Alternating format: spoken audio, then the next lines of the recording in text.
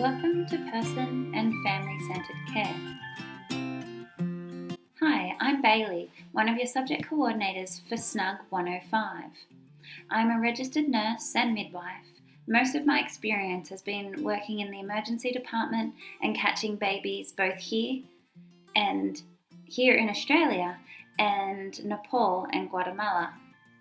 I am primarily based at the Wollongong campus, although love road tripping up and down the coast to visit and teach across all campuses.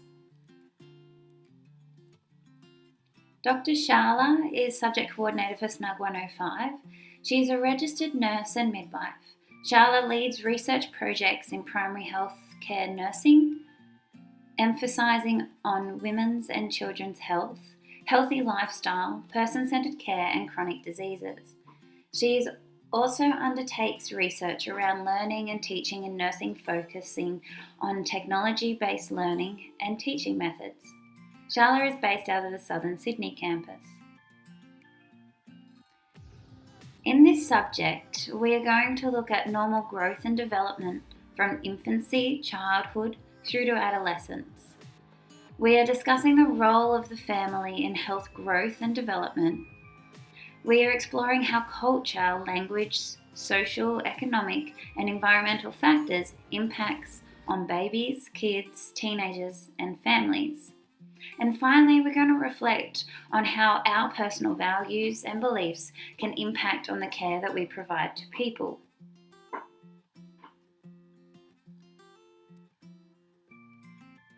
SNUG105 has classroom tutorials where you will be engaging in active learning and using case studies to explore nursing concepts of person and family-centred care. SNUG105 also has simulated learning tutorials or labs.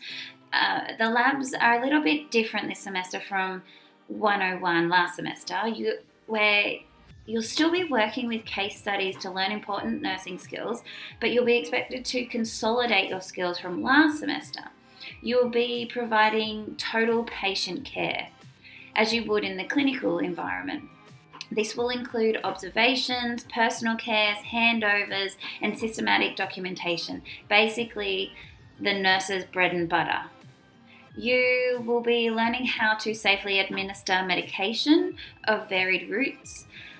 Later in the semester, some of you will be given the opportunity to practice leadership skills and will be asked to act as an in-charge nurse, assisting the demonstrator with workload and break allocation throughout your simulated learning tutorial. Failure to engage with the lab content will be escalated to the demonstrator and then to either myself or Jala as subject coordinators. And just like in a workplace experience or once you're out there being registered, you will be performance managed. There have been some changes to the attendance requirements from last semester. Labs are still 100% required. However, the tutorials you're now permitted to miss 2 tutorials. But keeping this in mind that everything that has been put into the tutorials is to prepare you for the end of semester exam and your nursing practice. I would encourage you to have a look at the attendance icon on the SNUG105 Moodle site if you're still a bit unsure. SNUG105 has 5 assessment items. First up, you'll be completing a formative assessment during your week 2 simulated tutorial or lab. You will be required to have a copy of the checklist. So we're going to be asking you to perform hand hygiene, both with the alcohol hand wash as well as the water and soap hand wash. So you've got to have a copy of checklist with you during the class. So this can either be printout or it can actually be a soft copy as well. That as long as you can edit it, it's fine. So bring that along to class. That's up to you. Assessment 1. So it's made up of 2 quizzes. One is in week 3 and one is in week 8. Both close on the Friday of that week at midnight, and they're worth 10% each. So that means 20% of your overall grade for SNUG105 you could get there. So the quizzes are made up of mainly multiple choice questions with some matching ones. They'll be drawn from a bank of questions. So there's no guarantee that someone else doing the quiz at the same time next to you will have the same identical questions. They will be based on the week's prior content as well as the content from last semester. So the prerequisites for SNUG105, whatever you've looked at in those subjects, they'll be carried through. Assignment 2 is an Oscar. So you've already done an Oscar in SNUG 101. The SNUG 105 one, this is based on clinical skills and communication again. But this Oscar is a little bit different. It's in alignment with the subject learning outcomes where you're caring for your person, your patient, but you're also caring for their family. So there may be someone at the bed space there who will be acting as a family member, and you need to engage in communication. So the Oscar, same as last semester, it's going to be run in week 7. So your other subjects will be online.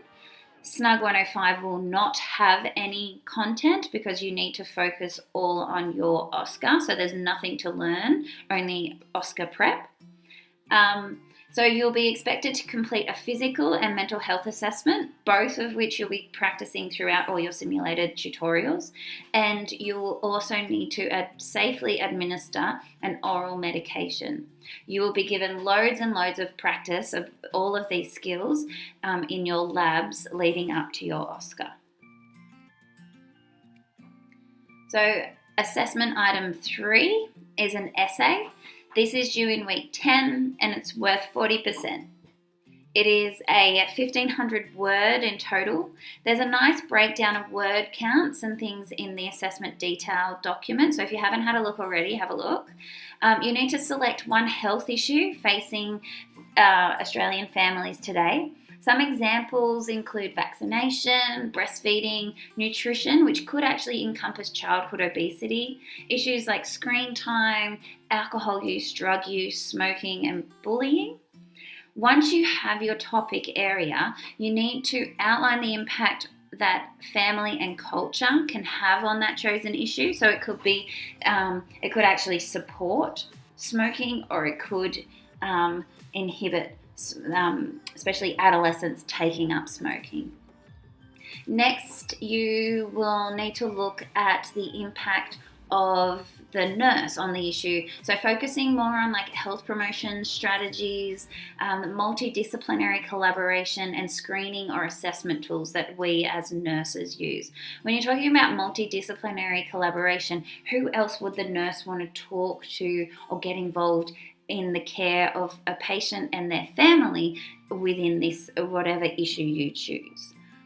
And then lastly, you need to reflect on how your own personal values and beliefs, how they might impact the care that you provide to your chosen issue.